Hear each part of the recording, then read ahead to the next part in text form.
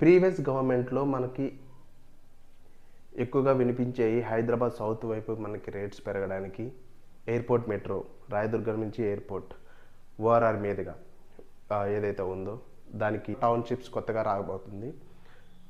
ఈ న్యూస్ వల్ల ఈ చేంజెస్ వల్ల హైదరాబాద్ సౌత్లో రేట్స్ పెరుగుతాయా లేకపోతే అలానే ఉంటాయా, ఇంకా పెరగడానికి స్కోప్ ఏమైనా ఉందా? డెఫినెట్గా ప్రభావం చూపిస్తాయి. మంచిగా డెవలప్మెంట్స్ ఉండాలి, మంచిగా పాపులేషన్ ఉండాలి, మంచి ఎంప్లాయ్మెంట్ ఉండాలి. బట్ ఈ శ్రీశైలం హైవేలో ప్రస్తుతం ఎంతవరకు ఎంప్లాయ్మెంట్ ఉంది అనేది చూసుకున్నట్లయితే మనకి రాబోయే ఒక ఫార్మా సిటీ తప్ప మిగిలినవి పెద్దగా ఏమీ కనిపించవని నా ఉద్దేశం.